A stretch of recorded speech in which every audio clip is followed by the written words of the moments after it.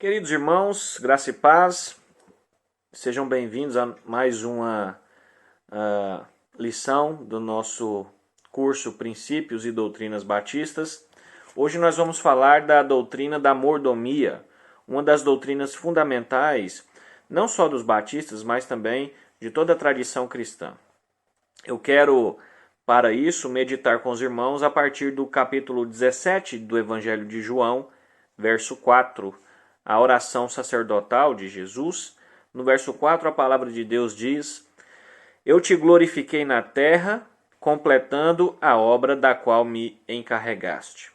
Jesus Cristo está orando ao Pai, dizendo que cumpriu a missão, ele glorificou ao Pai na terra, completando uma obra que Deus havia designado a ele. Então, esse texto nos servirá de introdução para pensar o que significa e qual é a importância da mordomia. O que significa ser mordomo? Em resumo, significa a ideia de que eu fui designado a administrar algum bem, algum pertence de alguma outra pessoa. Então, ser mordomo é ser cuidador, é zelar por aquilo que não é meu. Dentro do cristianismo, dentro do evangelho, nós precisamos nos entender como mordomos de várias coisas. E aqui, nessa aula de hoje, eu quero pensar com os irmãos a importância da mordomia e sobre o que nós somos mordomos. Bom, dentro da história bíblica nós temos vários exemplos. Quem sabe o mais conhecido do Antigo Testamento seja a história de José. José exerceu mordomia de um modo sublime, de um modo glorioso, quando está na casa de Potifar e depois quando se torna governador do Egito. Então, a figura de José está nos ensinando esse princípio de zelar, administrar os bens daqueles que que obviamente não são meus, né? Das coisas, dos bens que não são meus. Bom, e nós sabemos que José simboliza, tipifica, né, uma pré-anunciação de Jesus. José, a história de José, traído, vendido, que perdoa os seus, que leva os seus para viver uma vida gloriosa no palácio, né? Traz muitas alusões ao que Jesus Cristo tem feito por nós. E se Jesus Cristo é o verdadeiro mordomo, muito acima de José, muito mais perfeito do que José, obviamente, José é um pecador, Jesus Cristo se torna a nossa referência máxima de mordomia. Então, uma coisa que em Cristo nós precisamos colocar em prática é o fato de que Deus, ao nos criar, Ele nos coloca algumas possibilidades para que nós possamos zelar, algumas características fundamentais para que nós possamos cuidar para Ele.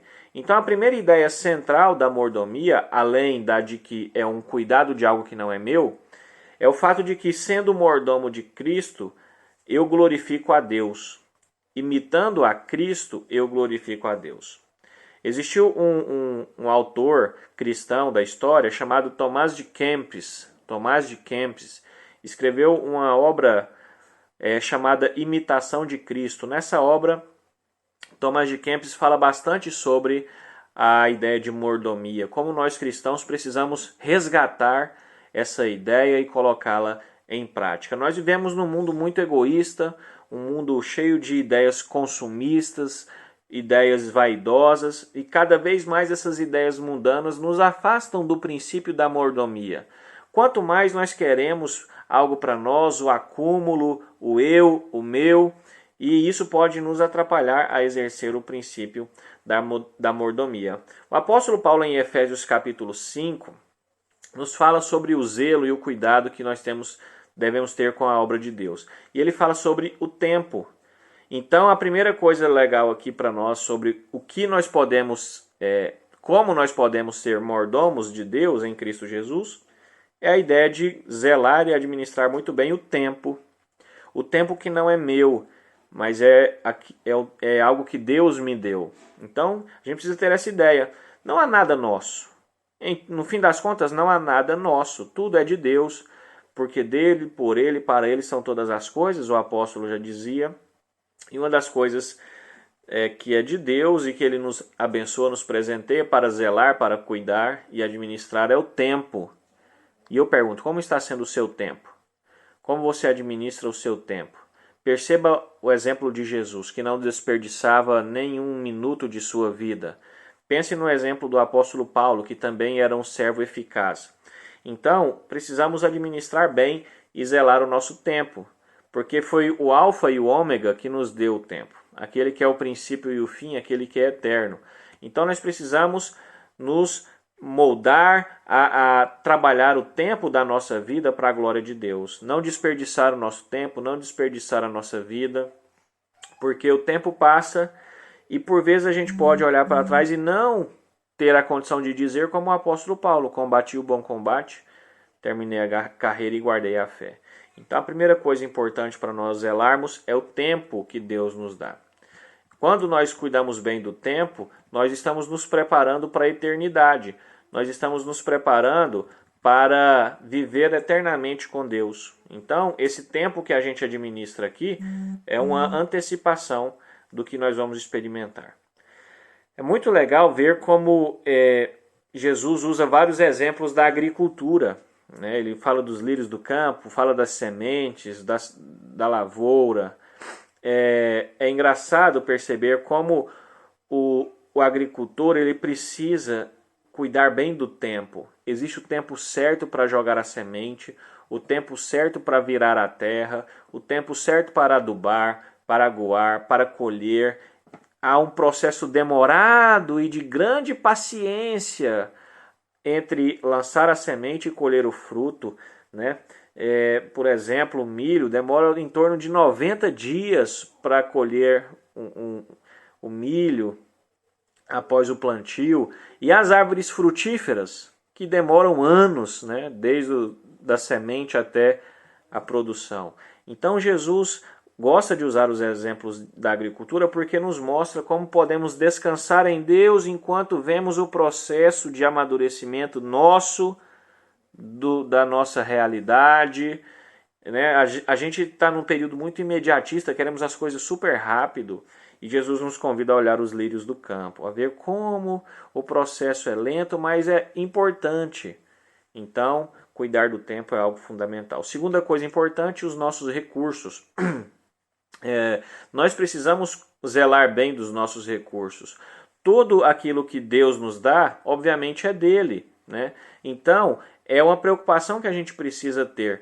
Como nós estamos zelando dos recursos que Deus nos dá? Nós estamos sendo administradores ineficazes ou administradores eficazes? Né? Há um pensamento que talvez pode ser equivocado de que o cristão não pode levar em conta os recursos, né? Não pode pensar nisso. Pelo contrário, em várias passagens bíblicas, Jesus nos mostra como é preciso administrar bem os recursos. Lembra da parábola das moedas, né? Então, quando nós temos condição de ter um recurso, nós podemos abençoar vidas, né? Nós podemos ajudar os outros, nós podemos receber bênçãos de quem tem recursos.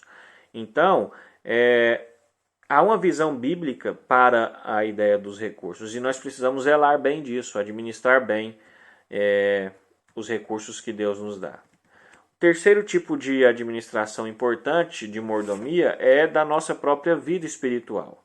Como nós temos cuidado da nossa vida, que é templo do Espírito Santo. Como nós temos zelado da nossa santidade, da nossa vida de comunhão com Deus. Isso é ser mordomo também.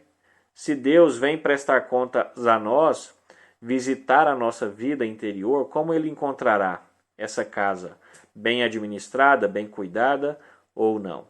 Então lembre-se, você é morada de Deus, você precisa zelar bem da sua vida espiritual, da sua vida emocional, da sua vida, na sua saúde também, né? Então, para a gente encerrar, eu quero fazer algumas perguntas para você meditar aí. Primeiro, como você tem utilizado o seu tempo no dia a dia? Você tem glorificado a Deus com o seu tempo ou não? O que você precisa fazer para disciplinar o seu tempo, para você conseguir colocar as coisas em ordem? Qual que é o passo a passo que você precisa fazer para ajustar o seu tempo? Para sobrar tempo para você ler a Bíblia, para orar? Falta de tempo não é, talvez é má administração. Como você pode dedicar os seus recursos ao Senhor? Como você pode retribuir na vida da igreja, e eu não digo só a igreja física, mas o reino de Deus, né? É aquilo que Deus tem te abençoado. E que sendo mordomo daquilo que Deus colocou em suas mãos, dos seus talentos, dos seus dons, como você tem usado isso? Como você tem usado o talento e o dom que Deus te deu? É para a obra dele ou não? Que o Senhor nos abençoe e até o nosso próximo encontro.